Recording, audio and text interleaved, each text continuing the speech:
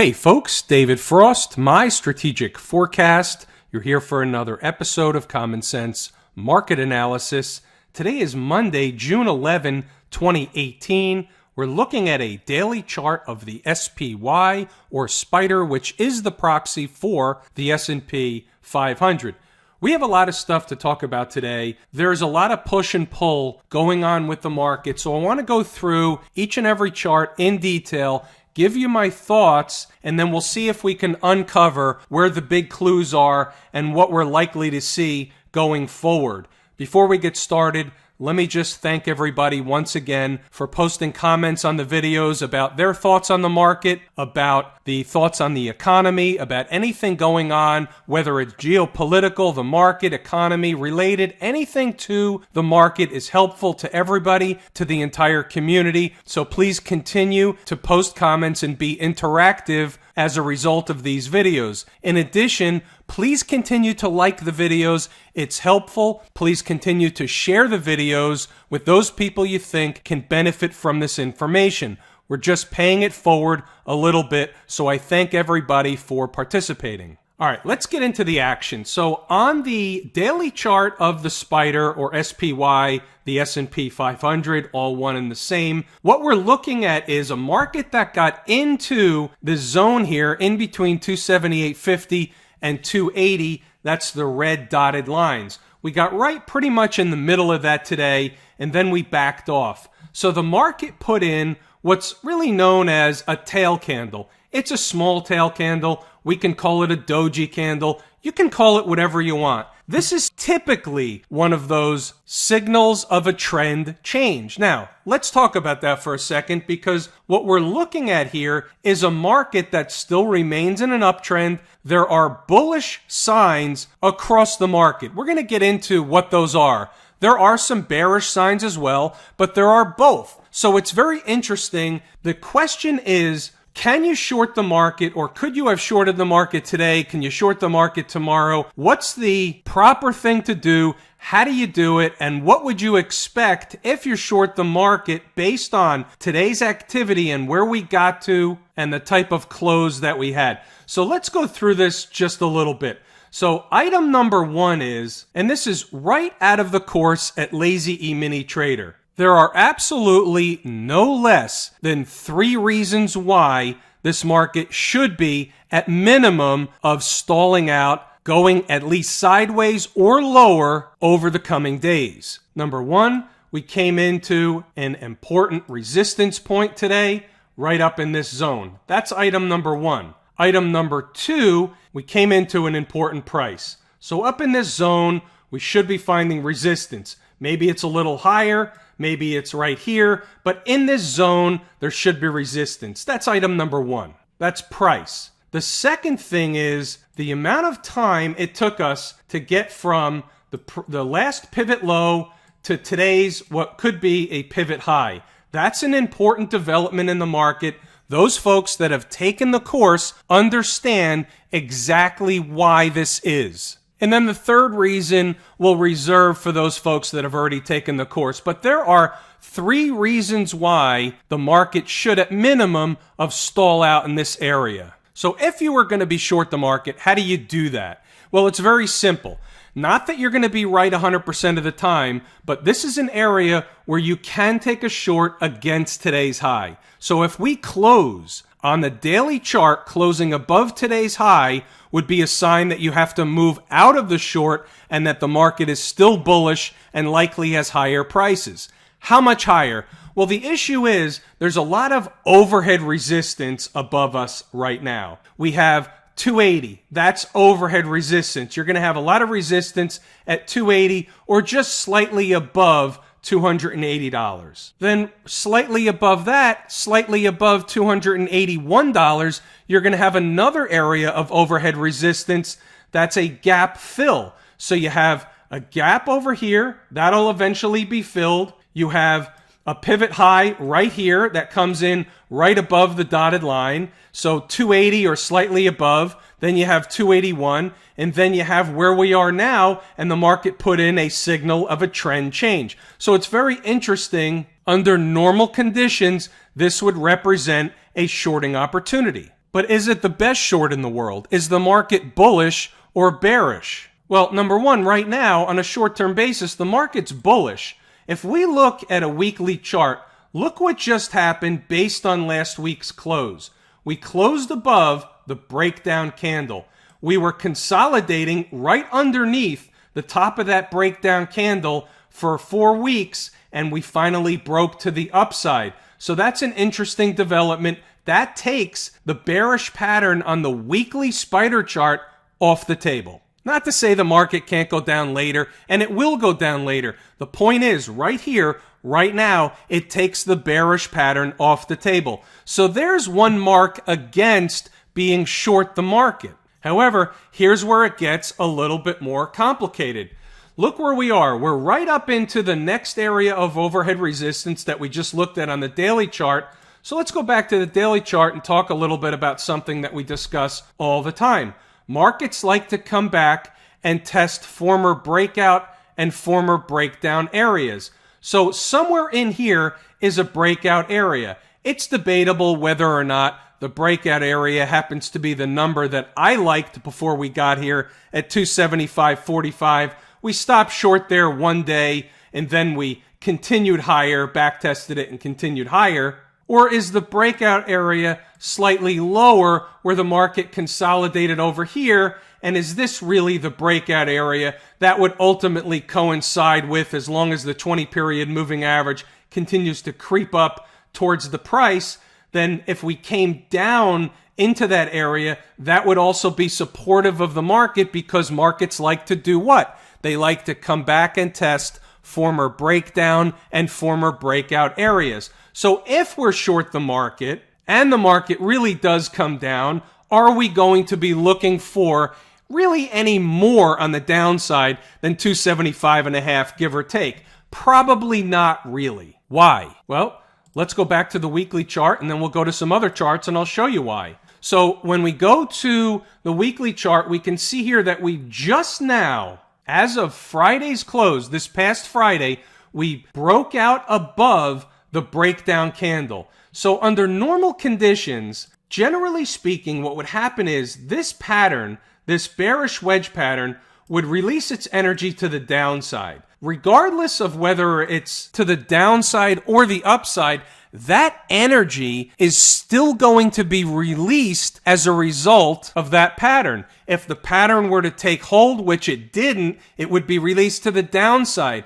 Now that the pattern is negated and we closed above the high of the breakdown candle, is the energy going to be released to the upside? And I would say that's a distinct possibility. We have to be very aware of that. That could mean significantly higher prices for the SPDR or the S&P 500. Now, that doesn't mean they start tomorrow, and it doesn't mean it's on Thursday and Friday. It just means this is a weekly chart. So it just means that over time, we could see significantly higher prices. Over the course of the summer, we could see significantly higher prices. It's not a guarantee, but that's what the weekly chart is telling us. Now, what if we recaptured the weekly pattern, the bearish pattern, and played out to the downside, or looked like it was going to play out to the downside? Would that be still keeping this bearish pattern intact? Well, remember something else. Remember the daily chart of the SPDR?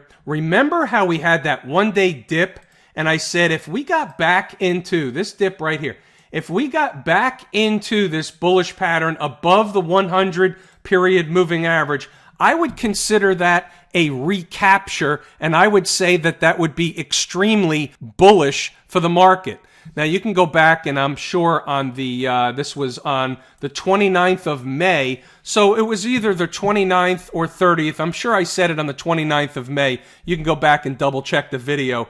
That was the sentiment. If we recaptured the 100-period moving average, that would be extremely bullish for the market. So if we go back to the weekly chart here, okay, and we recaptured the bearish pattern, I would say that would be extremely bearish for the market.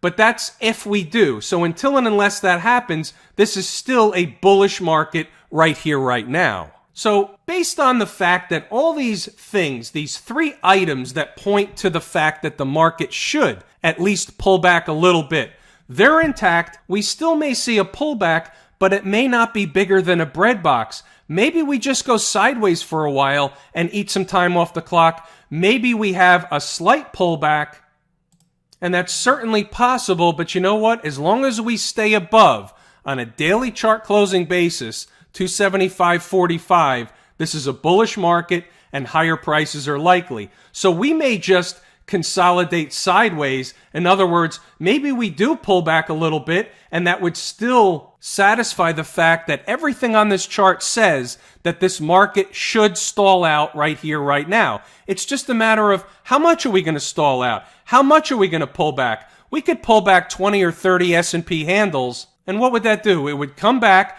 to retest the breakout point, but it would not damage the upside momentum. It would not damage the fact that this is still a bullish chart above all the moving averages in a short-term uptrend. There's nothing technically wrong with this market. So net, let me wrap all that together, and then we're going to move on to other charts, other markets.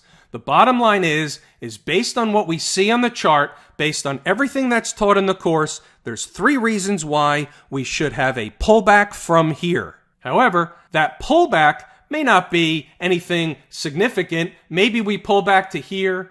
Maybe we pull back all the way down to here, and that would still keep intact the bullish nature of this chart. So we can have our cake and eat it too. We can have a pullback to work off some of the short-term overbought condition in the market, but it really doesn't have to damage the uptrend, and we can still yet see higher prices coming just a little bit later. So against today's high, any close above today's high, higher prices are coming. As long as we stay inside of today's high, we could see some downside in this market. So that's the net. Looking over at the IWM, again, nothing bearish about this chart. It's a bullish chart. It's in a breakout. There's nothing technically wrong with this. This is another one of the reasons why I'm really not expecting much of a pullback in the S&P, because we're not seeing any kind of signal or sign from my favorite market leading indicator, the IWM, the Russell 2000 index.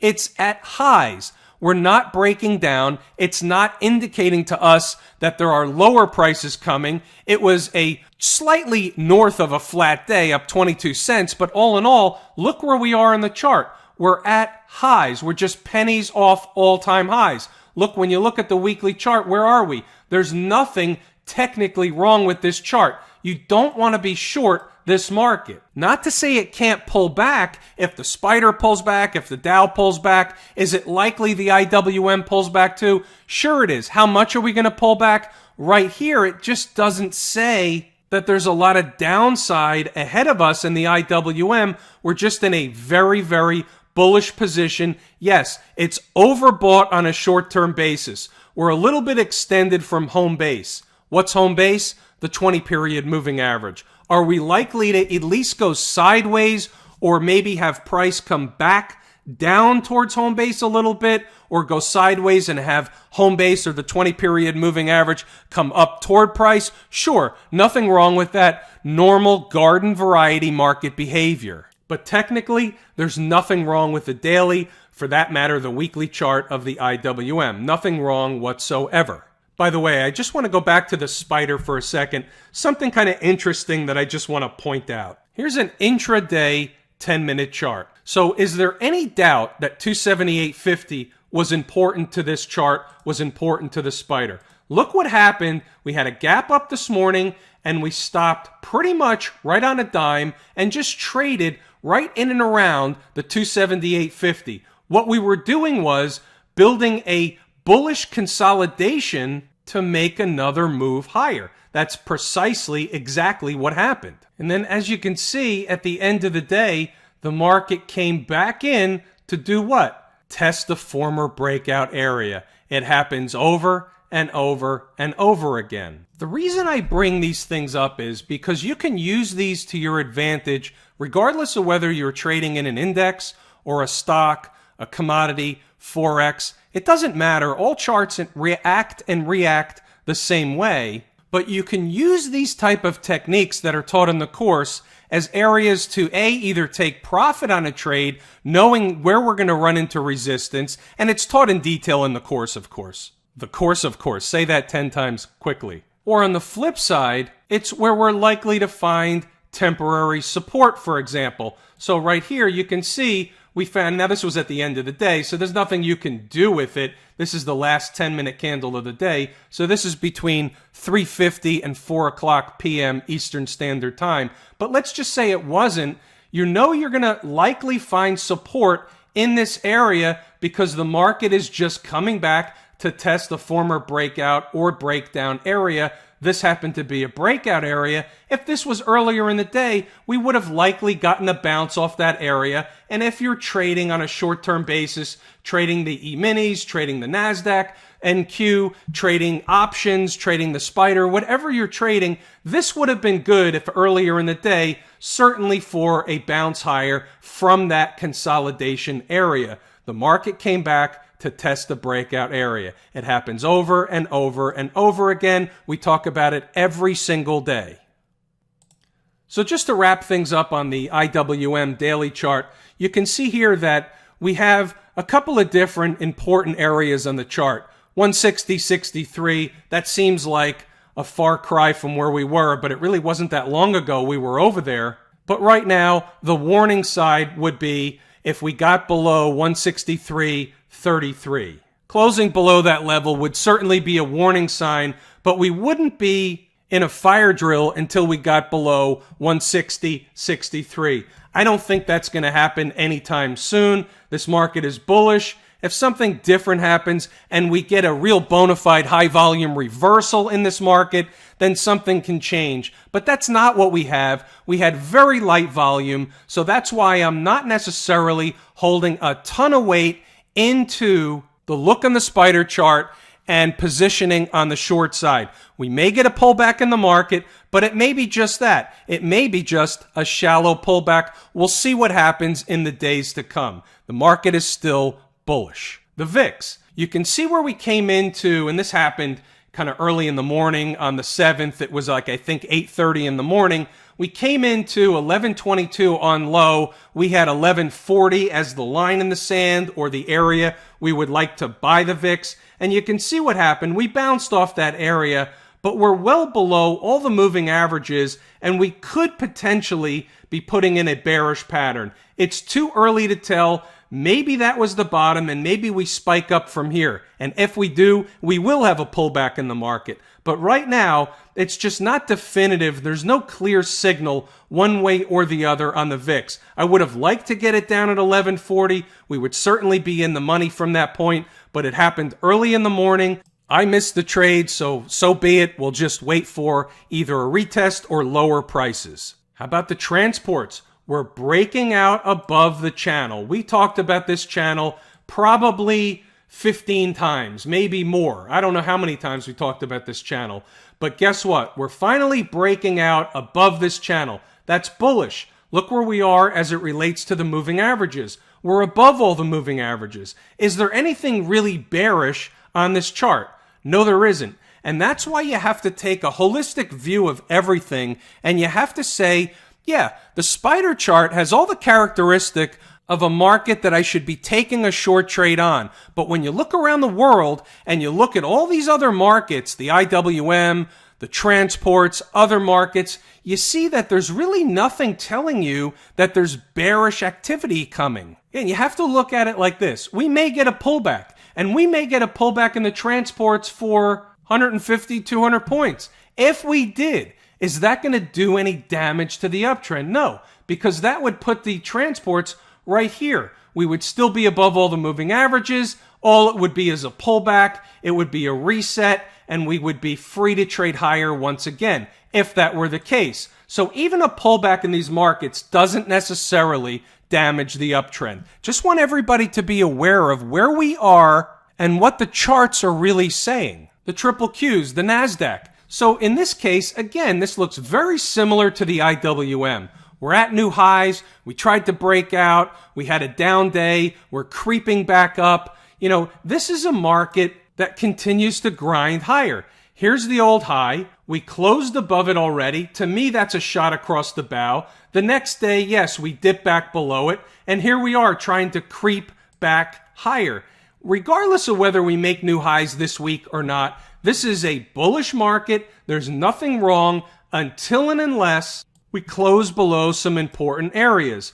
So there's a couple. So closing below this low here would be a shot across the bow that there would likely be lower prices coming. However, we have a safety net down here with a gap window and the 20-period moving average. Now, again, that's still $4 lower than where we are in the triple Qs. However, that would not damage the uptrend even if we came down to these levels. Something I'll put in your mind. Keep abreast of what's going on this week. We have an FOMC meeting. The Fed is expected to raise interest rates on Wednesday. Maybe they raise them a quarter percent, which is 25 basis points, or maybe they don't. If they don't, we probably get a boost higher in the markets. We also have the stuff going on with the summit between the U.S. administration and the North Korean contingent.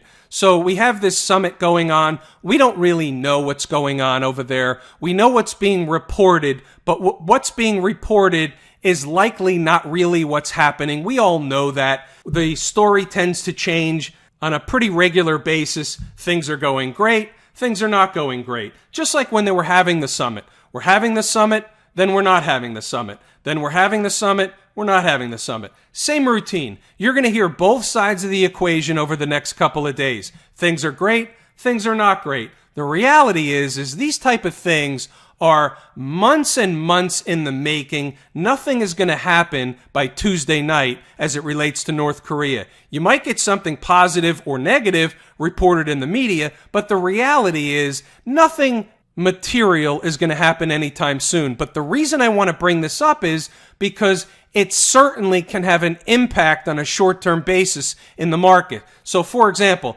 we wake up Tuesday morning, there's terrible news out of North Korea, the S&P is down 20 handles, and there's your shallow correction. By the end of the day, or by the end of Wednesday, after the Fed announcement, the market's back up. This happens over and over and over again.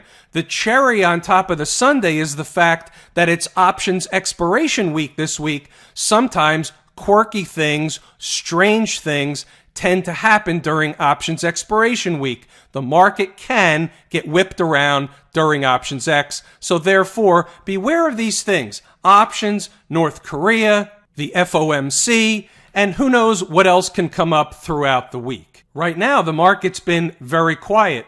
For the last several sessions, the volume has been extremely light.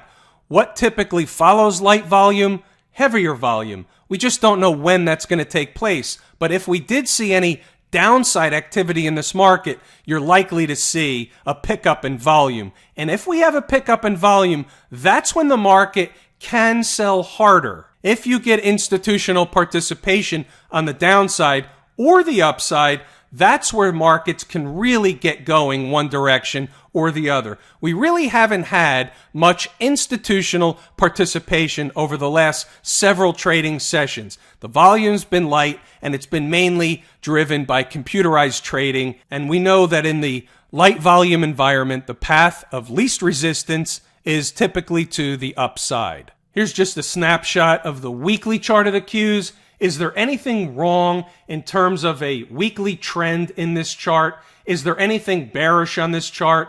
Would anybody really say, boy, it's just a matter of time before this chart collapses? Absolutely not. This is in a bullish uptrend, well above all the moving averages. And think about it on a weekly basis. We could come all the way down to the 20-week moving average, which is really far away from where we are now. At 165.93, we'll call it 166. That's 9 points in the Qs. We could come all the way down to that area and still technically have no damage to the weekly chart in the QQQ. Not saying that's going to happen. I'm just putting it in your mind that those of you who might be looking for a black swan event, a collapse in these markets, it will eventually come. It's just not likely anytime soon. Staying on the weeklies, looking at the XBD, nothing's changed in the XBD. technically we're still in the bearish pattern on the XBD as long as we stay inside on a weekly basis the high of this breakdown candle. So until we close above that on a Friday close, then this is still technically in a bearish pattern that will likely play out to the downside. However, look what happened to the spider. The same thing can absolutely happen to the XBD, so we're watching it very closely. XLF, same routine. By the way, let me go back to daily chart of the XBD just to show the chart. And here you can see on the daily chart, we're above the moving averages, beginning to consolidate above the 20 moving average. What's this doing? What this is doing is consolidating, trying to build energy for another push higher. That's the XBD. Looking at the XLF, we're right back where we started from a few weeks ago. We're right back up to the 100 period moving average. The question is, are we going to get above the 100 period moving average? It is very possible we may stall out here and we may just bounce in between the 20 and the 100 period moving average. The 20 is the red trend line. That's certainly possible. Maybe we consolidate for a while again underneath the 100, giving it a chance to bust through one more time. We tried it here, didn't work, broke down. Now we've rallied back to the 100 period moving average. What's the likelihood that we get rejected again or bust through? Well, in my mind, the likelihood is that we're actually poised to get through the 100 period moving average. Just may not happen tomorrow, but if we consolidate underneath the 100 again like we did before, then that's going to be the market's way of telling us it's consolidating to go higher. Looking over at the gold market, nothing's changed in gold. Up, a little over $1 today, less than $2. Not a big deal. Again, we could have short-term higher prices, but I'm not in love with this chart. There's not much to do with this chart. We can certainly trade higher. We can trade to 1310. We can trade even higher than that, 1315, maybe as high as 1320 to this breakdown candle high. You see the moving averages ahead. There's going to be a lot of overhead resistance up in this zone. So you have the breakdown candle high, and then you have the convergence of the moving averages right here. Tons of overhead resistance right here. So traditionally, if the market did rally up to this area, this would be a shorting opportunity up in that zone. But I'm not interested to be long gold. The reality is the longer term pattern is this is a bearish pattern. And again, with the shorter term bullish pattern that could bring higher prices, even the longer term bearish pattern that would bring lower prices, it conflicts. So I'm not interested to be long or short. Here's the bullish pattern. This would typically play out to the upside, but then what happens is you look further back and you see a bearish pattern like this, and this will normally play out to the downside. So when we have conflicting data like that, you just leave it alone and do nothing. Looking at crude oil still continues to grind a little bit higher. We're trading away from the 64.50, but what we have to be careful is we're potentially putting in a bearish pattern. Right? So if that's going to happen, then we're going to have another leg down. However, if we can get motoring here on the upside, and if we can get above 67, technically 67.35, then we can see some more upside in crude. I still don't think the long-term run is over in crude. I think this was just a pullback. I think it was a pullback in the midst of a longer-term uptrend. And unless we break down, then that's the prevailing trend that I see. And I get that really from the weekly chart, right? So you look here and you say, all right, we made a run for the hot zone. We came up short. The market came down pretty hard. And it's not uncommon for crude oil to come down pretty hard after a big run. We had a big run. Crude was up about $10 in like 5 or 6 weeks. So some would say that's a little too far too fast. So it came down, and it came down relatively hard. Was supported at 64.50, and I think this uptrend is still intact. I mean, if you just look at it like this and you say, is anything really wrong with this? Did we really break the uptrend? Looks like we're on the verge. I can make a case. I can manipulate the line a little bit. I'm just going to say that we're close, and that as long as this trend line holds, then there's nothing wrong with the longer term uptrend in crude, and we still can get up into the hot zone. And folks, that's about everything I've got tonight. It's everything I wanted to and intended to discuss, so I will give it a wrap here. I'm David Frost, my strategic forecast. Thanks for tuning in for another episode of Common Sense Market Analysis.